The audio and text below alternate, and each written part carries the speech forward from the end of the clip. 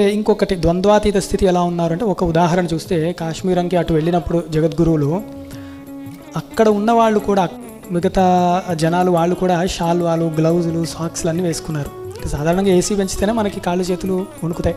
అలాంటి జగద్గురువులు ఇక్కడి వారు, దక్షిణ పదం నుంచి అటు ఉత్తర పదానికి వెళ్ళిన వారు, వీరికి ఎక్కువ అవసరం ఉంటుందేమో అనుకున్నారు అందరూ. కానీ వీరు ఇక్కడ ఎట్లా ఉండేవారో శృంగేరిలో అచ్చం అలాగే ఆ వస్త్రధారణతోనే ఉన్నారన్నమాట, ఆ షాటీలు కట్టుకొని.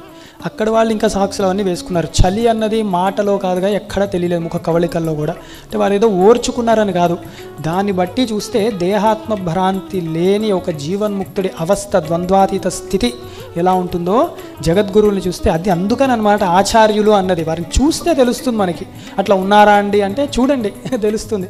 అంతటి వారు మన జగద్గురువులు అనమాట. వారి శిష్యులమని చెప్పుకోవడమే మనకి పెద్ద బిరుదు.